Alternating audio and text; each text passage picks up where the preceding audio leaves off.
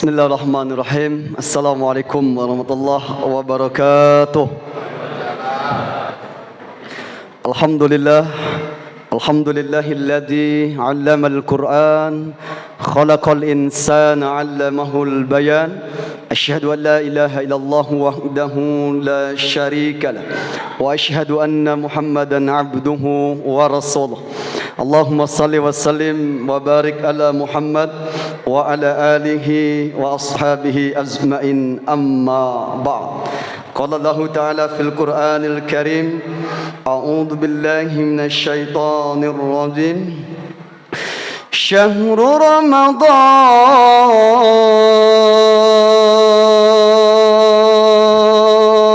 syahrul Ramadan,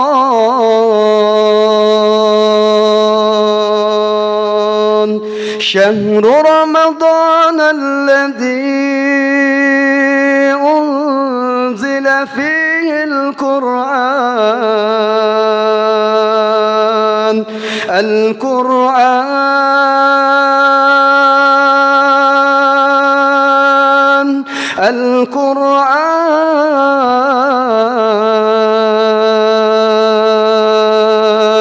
هدى للناس وبينات من الهدى والفرقان.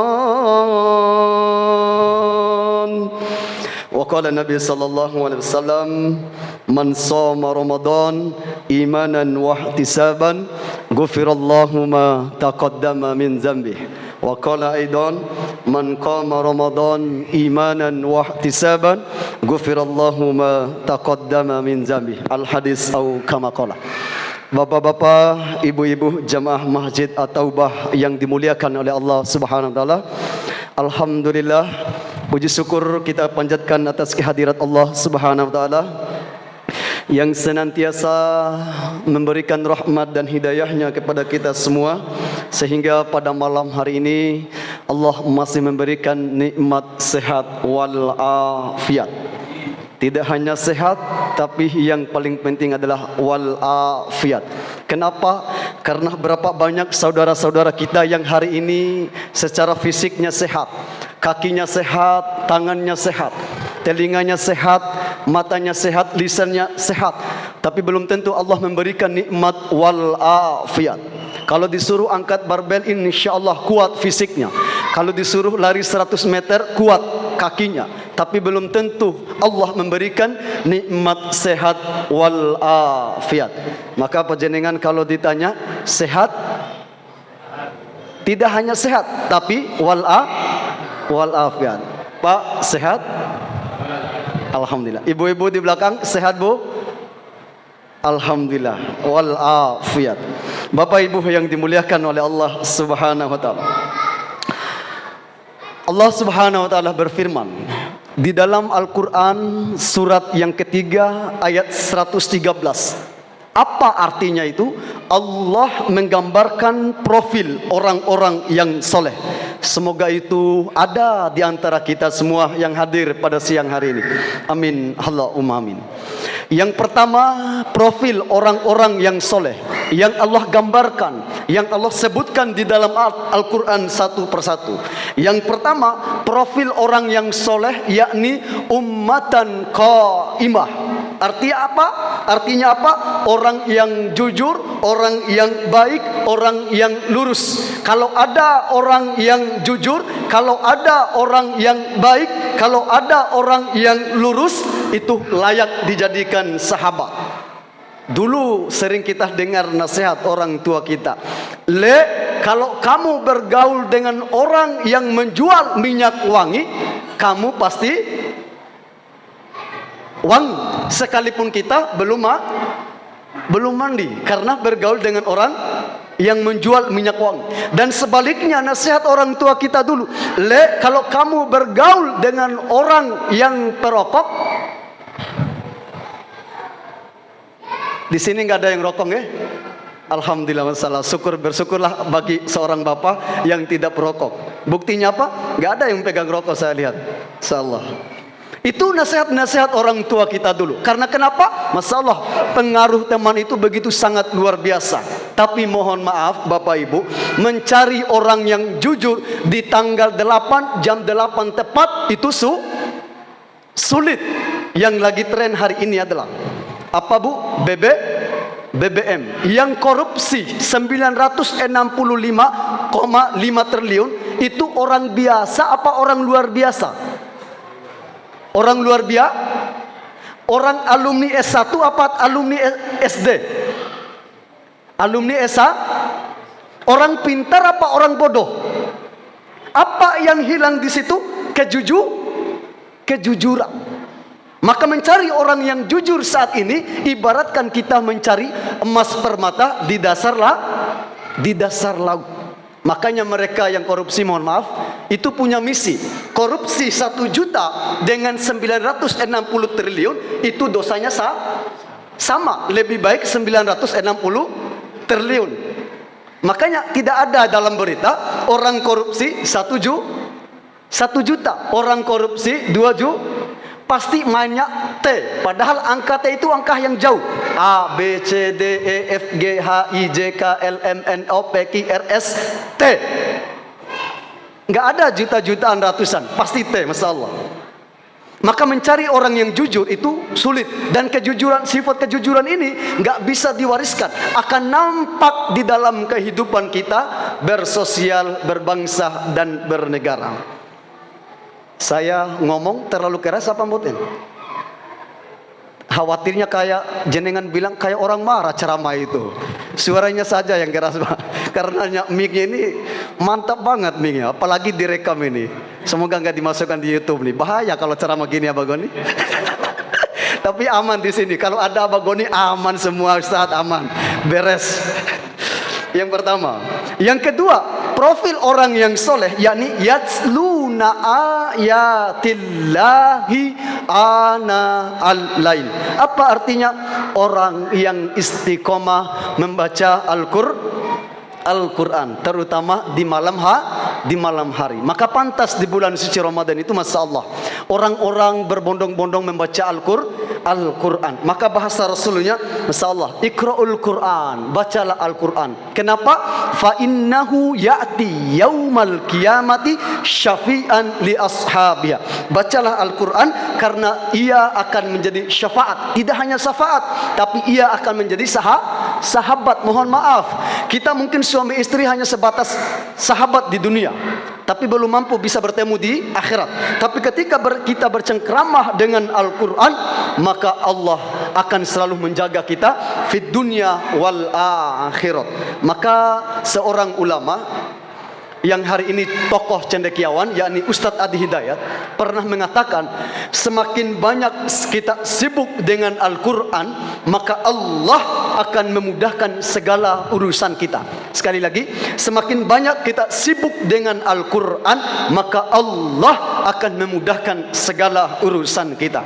Maka Al-Quran ini, Bu, Pak, harus dipaksa dibaca.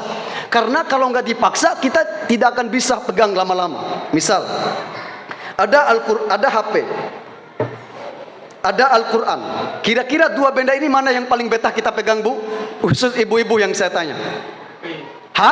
HP, apalagi kalau di sini sudah ada sudah ada TikTok, sudah ada Lazada, sudah ada Shopee. Bisa berjam-jam ibu kalau pegang ini. Tapi ini belum tentu kita untuk betah memegang Al-Quran. Maka membaca Al-Quran ini harus dipaksa. Apalagi ini bulan suci Ramadan. Baca Al-Quran di bulan suci Ramadan dengan bulan yang lain, pahalanya beda. Ibadah di bulan suci Ramadan dengan ibadah di bulan yang lain, pahalanya beda. Maka Al-Quran itu harus dipaksa untuk dibaca. Ustadz, saya belum lancar. Misalnya kita membaca A'udzu billahi minasyaitonir rajim. Alif lam mim. Dzalikal kitabu la raiba fi. Mungkin panjenengan ada yang baca seperti itu nggih? Masya Allah. Orang seperti itu akan mendapatkan dua pahala. Yang pertama karena niatnya ingin belajar, yang kedua karena manjada wajada, karena ada kesungguhan di situ.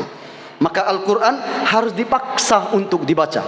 Yang kedua, yang ketiga, profil orang yang soleh Allah gambarkan di dalam Al-Quran surat Al-Imran, yakni wahum yasjudun, orang yang mau bersujud. Makanya kalimatnya akimis sholah, dirikanlah. Makna akimi itu ada dua. Yang pertama dirikanlah, yang kedua kerjakan. Kalau kerjakan maknanya Senin solat, Selasa tidak, subuh solat, duhur tidak, maghrib solat, isya tidak. Itu makna dirikanlah, kerjakan. Kalau makna dirikanlah dalam keadaan sehat, lebih-lebih sakit, tetap dirikan solat. Mau di tengah-tengah laut, tetap dirikan solat. Mau di tengah-tengah gunung, tetap dirikan solat. Mau ada air atau tidak ada air, tetap dirikan solat. Masalah begitu sakralnya perintah solat ini, langsung Rasulullah yang mengambilnya. Kalau ketika Allah menyuruh kita untuk thalabul ilmi, cukup dengan Al-Quran. Ketika kita disuruh untuk solat, cukup. Ketika Allah menyuruh kita untuk haji, untuk umrah, untuk jihad, cukup dengan Al-Quran. Tetapi ketika Allah menyuruh solat ini, langsung Rasulullah sallallahu alaihi wasallam yang mengambilnya. Maka kalau panjenengan pergi ke Pondok Mutiara, di sana ada Masjid Muhammadiyah, yang namanya Masjid Al-Ihsan. Di temboknya itu ada tulisan yang sangat indah. Tulisannya simpel, pendek, tapi maknanya sangat dalam. Berapa gajimu sehingga engkau meninggalkan sholat? Tulisan di bawahnya, lajismu. Tulisan itu menurut kami maknanya sangat dalam. Karena kenapa? Banyak di antara kita, insya Allah bukan di sini, gara-gara pekerjaan, gara-gara meeting, meninggalkan sholat. Kalau kita meresapi kalimat panggilan azan tadi, hayyalal sholah dan hayyalal falah, dua kalimat ini, masya Allah, tidak mungkin masjid di seluruh Indonesia itu kosong. Apalagi di bulan suci Ramadan. Maka yang dipanggil di dalam Al-Quran surat Al-Baqarah ayat kutiba itu bukan manusia, bukan orang Islam, tapi yang dipanggil adalah orang-orang yang beriman. Karena kenapa? Belum tentu orang Islam itu beriman. Makanya di Jawa ini saya lihat, masya Allah, bulan puasa masih ada warung soto, titi-titi, warung sate, titi-titi. Kalau di Dompu NTB, masya Allah, masuk bulan puasa, plek, toko-toko semuanya ditutup. Kalau sudah masuk hari Jumat, jalan raya ditutup pakai bambu, langsung ditutup total. Itu menghormati orang yang sholat Jumat. Tapi di Jawa insya Allah nggak ada. Apalagi di daerah Sukodono. Ada Pak warung soto masih buka? Banyak masalah. Saya nggak sebut jenengan yang insya Allah. Kalau di Bima, di Dompu NTB, itu kalau sudah hari Jumat tutup jalan raya. Kalau sudah puasa itu langsung ditutup tokonya. Karena kenapa? Orang yang tidak berpuasa harus menghormati orang yang berpuasa. Tapi kalimatnya itu dibalik. Orang yang berpuasa harus menghormati orang yang tidak berpuasa. Maka yang dipanggil itu, masya Allah, nggak main-main di dalam Al-Quran surat Al-Baqarah 183 itu. Ya ayyuhalladzina amanu. Karena panggilan di dalam Al-Quran itu begitu banyak.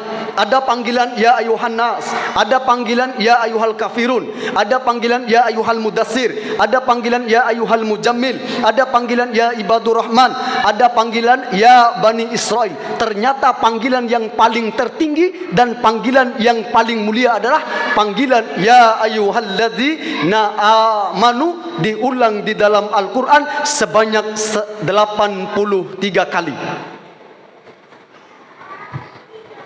Saya sudah cukup apa belum kultum ini? Cukup.